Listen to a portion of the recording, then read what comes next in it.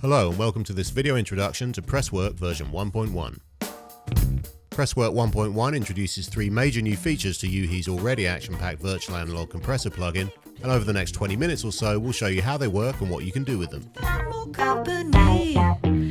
The most significant and transformative new addition is the set of 6 new custom views, each designed to streamline the workflow of a particular dynamics processing task. Before we get into that though, let's get a quick overview of the other 2 new systems introduced in V1.1, the Preferences overlay and MIDI control. A click of the cog button on the right of the Presswork GUI reveals a menu, the bottom button of which opens the Preferences. Here you can change the appearance of the plugin in various ways, the most useful of which is probably scaling of the interface from 70 to 200%, giving owners of larger and smaller displays the ability to reduce or greatly enlarge the GUI to suit their screen.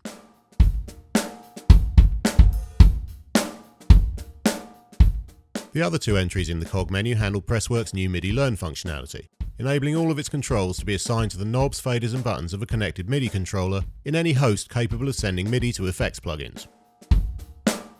To get started, click the top button of the 2. An overlay appears with every MIDI assignable parameter, i.e. all of them, outlined in red. To make an assignment, simply click the target parameter, then move a knob or press a button on your control surface.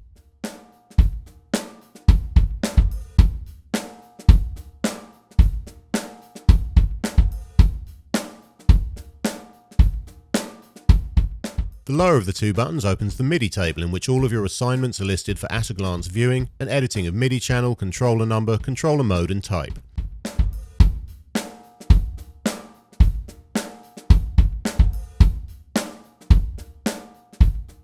You can also delete an assignment by clicking its X button on the far right.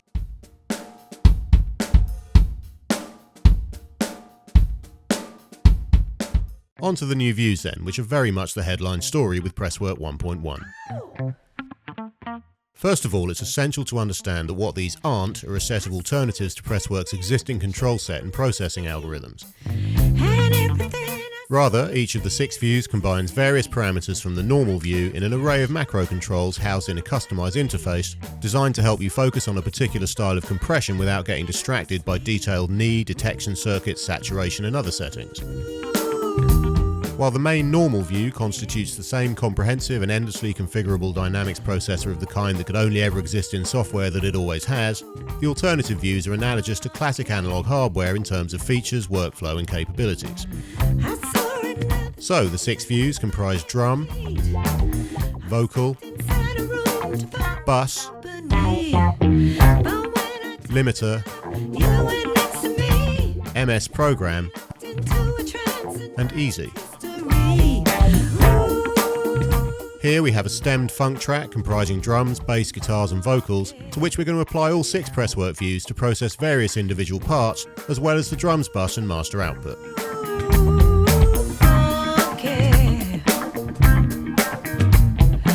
Let's start with the drum compressor, which is designed to be used on individual drums as well as groups. Our kick drum is a combination of 3 mics, in, out and a subunit. We brought them together on a group channel, and it's that channel that we insert Presswork into. Clicking the Init View button opens the view menu. Choose Drum to switch the GUI to the drum compressor view. How's that for a no-fuss interface? The input and output controls behave exactly as expected, the first pushing the signal into the compressor circuit, the second boosting it when it comes out of the other end to compensate for the overall reduction in volume that comes with compression.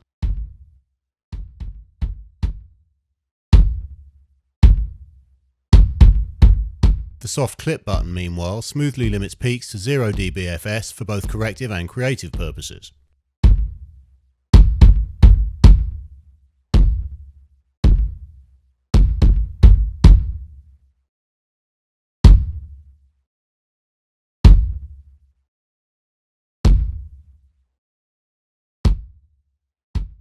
You may have noticed that there's no threshold knob. With drums being generally consistent in transient level, the threshold is fixed behind the scenes, with the input knob used instead to control the signal level at which compression kicks in.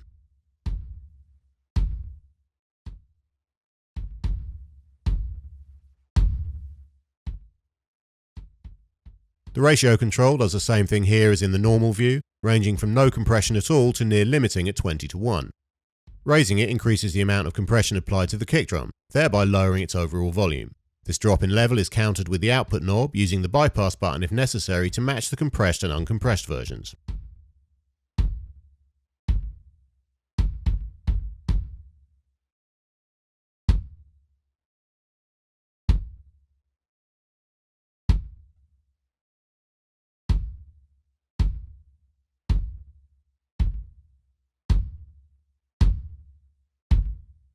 The response control is key to shaping the envelope of the compressor action, and thus the dynamic profile it imposes on the source signal. It's effectively a macro control for the normal view's attack and release, with a fixed low adapt setting. With the ratio set so that our kick drum registers a moderate 5 dB of gain reduction, turning release fully anti-clockwise gives the fastest possible response, with compression taking about 0.1 of a millisecond to kick in and 15 milliseconds to withdraw once the transient has passed.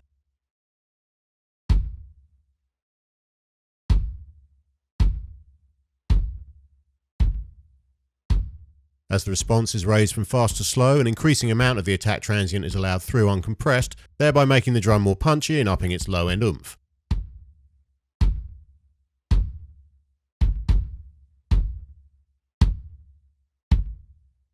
During the release phase, longer response times bring up the level of the kick drum's tail, making it feel bigger. The saturation knob turns up the amount of analog overdrive applied. The effect is only really noticeable on this particular drum at quite a high level, where it distorts it gently.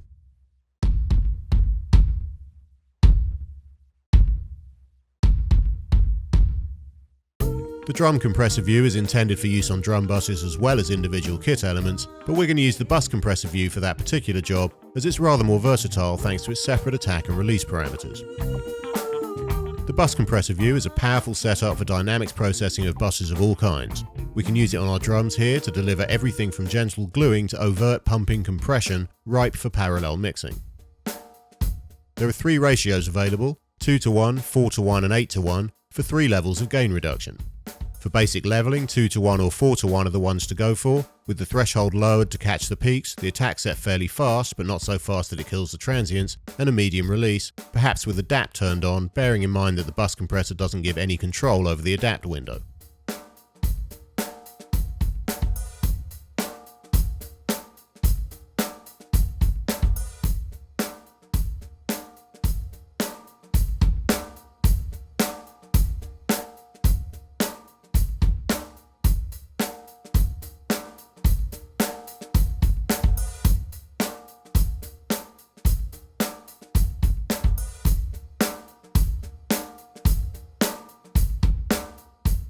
For New York style or parallel compression, crank the ratio to 8:1, lower the threshold, and set the attack to its fastest 0.1 millisecond setting and release to taste, the goal being to lower the transients and greatly boost the body of the drums.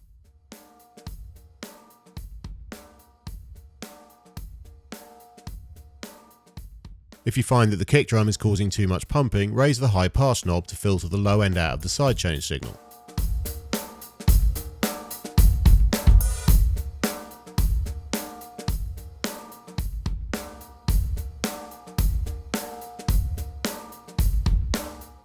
With that done, adjust the wet-dry mix to reintroduce the attack transients until you strike a good balance between dry signal dynamics and wet signal fatness.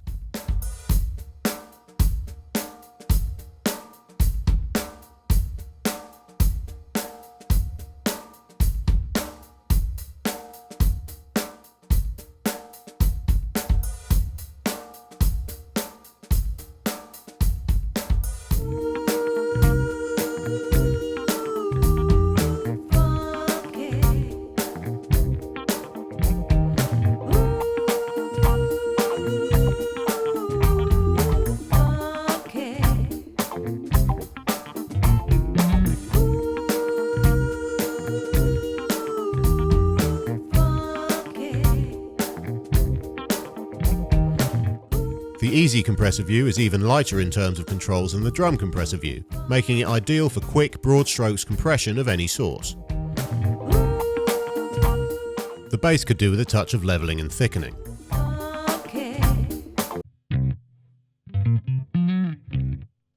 Setting the easy compressor view to a low threshold, high ratio and fast response time does the job, providing quick compression of all notes without raising the level of background noise in between them.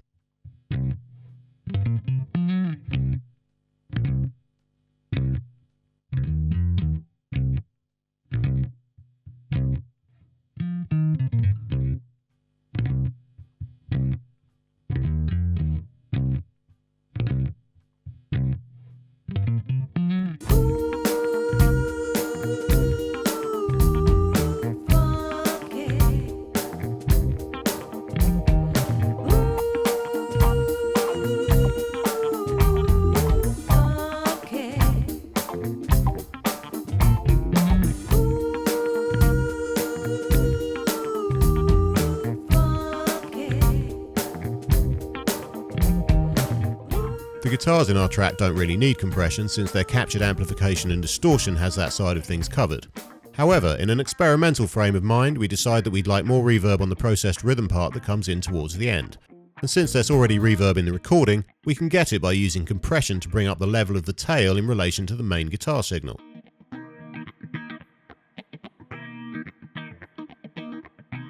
Again, in the easy compressor view, we dial in a ratio of around 5:1 and a moderately pacey response of 12%.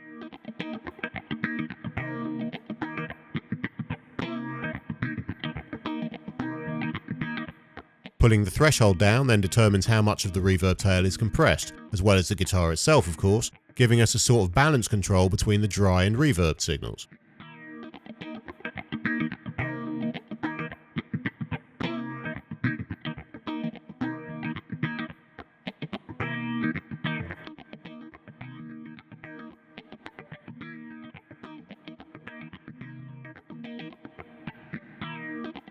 We find the sweet spot in terms of maximum tail without too much loss of the main guitar.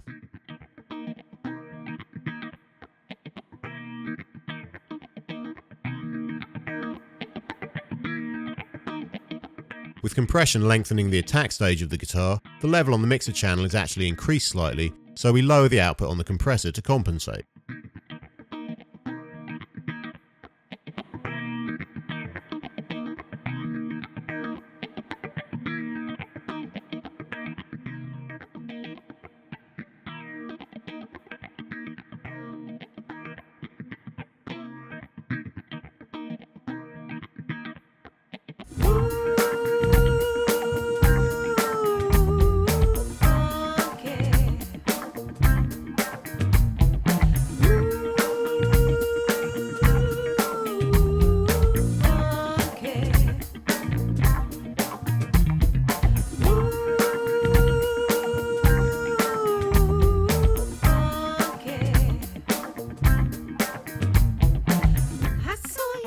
The vocal compressor view gives you everything you need to shape the dynamics of vocal tracks, including a de-esser mode. We place an instance of presswork in vocal compressor view on the lead vocal track and raise the input by 6 dB to give the compressor something to chew on.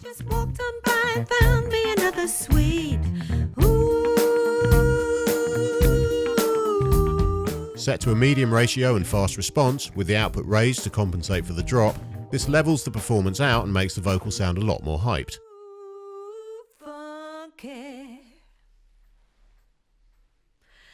I saw another chance to make my day complete. I stepped inside a room to find more company. But when I turned around, you were next to me. We locked into a trance and now it's history. Ooh, funky. I saw you standing there, but you didn't notice me. And everything I saw was pleasing to see. I tried to catch your eye, but the enhancer knob takes this even further, mixing in a high-pass version of the dry signal that gives it air and even more brightness. Sweet. Ooh, funky. Ooh, funky. I saw you standing there, but you didn't notice me. And everything I saw was pleasing to see. I tried to catch your eye, but you were out of reach. So I just walked on by and found me another sweet. Ooh, funky.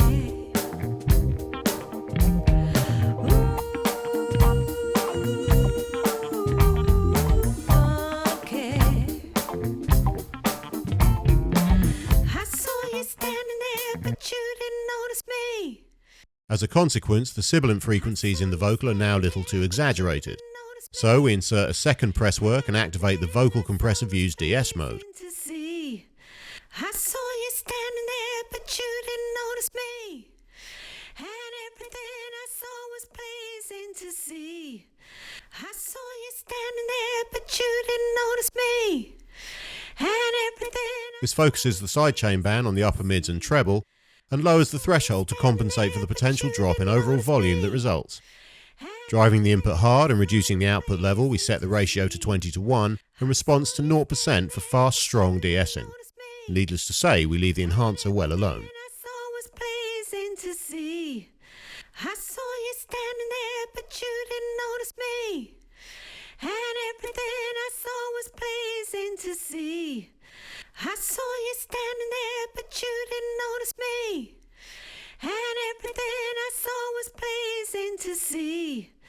I saw you standing there, but you didn't notice me. And everything I saw was pleasing to see. I saw you standing there, but you didn't notice me. And everything I saw was pleasing to see. I tried to catch your eye, but you were out of reach. So I just walked on by and found me another sweet. Ooh, funky.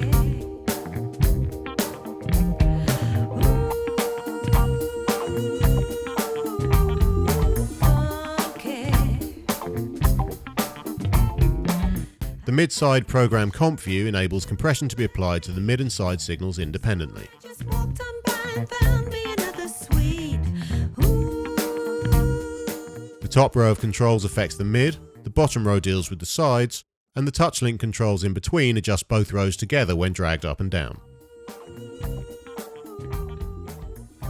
Okay. I saw another chance to make my day complete. I stepped inside a room to find more company. But when I turned around, you were next to me. We looked into a trance and now it's history.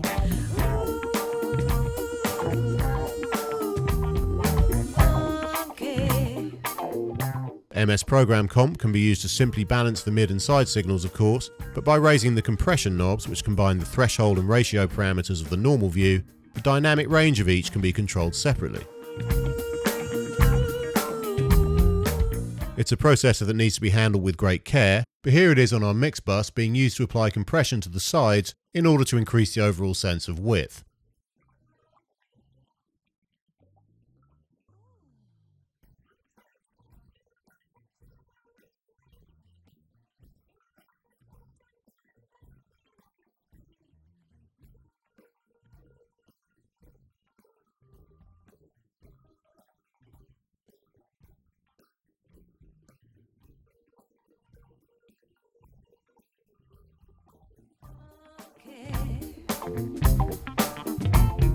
Bear in mind that the side signal will usually need boosting quite a bit at the input in order to actually bring any compression to bear on it, since it'll probably be a lot lower in level than the mid. But when I turned around, you were next to me. We looked into a trance and now it's history.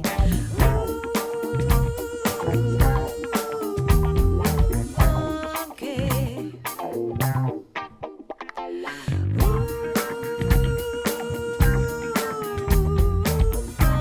Okay.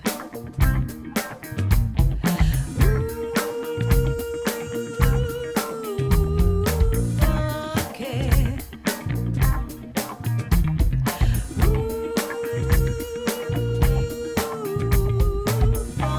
Okay. Ooh. Finally, the limiter view turns presswork into a high-quality limiting compressor set to 20:1 ratio with 3 core modes defining a range of background parameters and settings. Here it is inserted after MS Program Comp on our mix bus. And everything I saw was pleasing to see. Smooth mode offers minus 1.25 milliseconds of look ahead, fast attack, moderate release adapt, no sidechain filtering, and no dual phase rotation. Funky.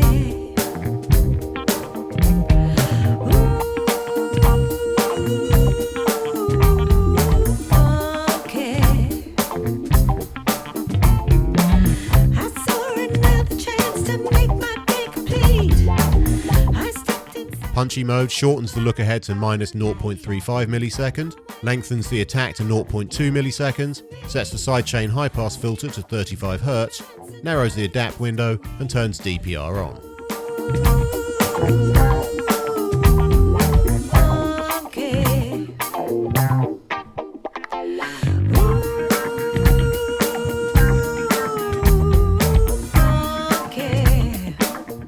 The balanced mode strikes the middle ground with settings in between the other two and no DPR.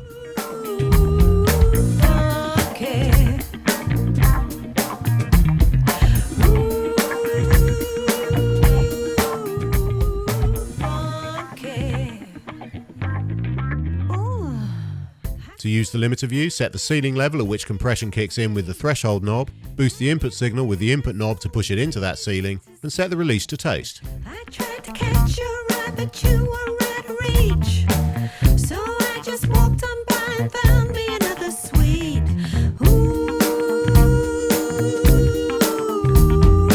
funky. Should you need any more or less level after limiting, reach for the output knob.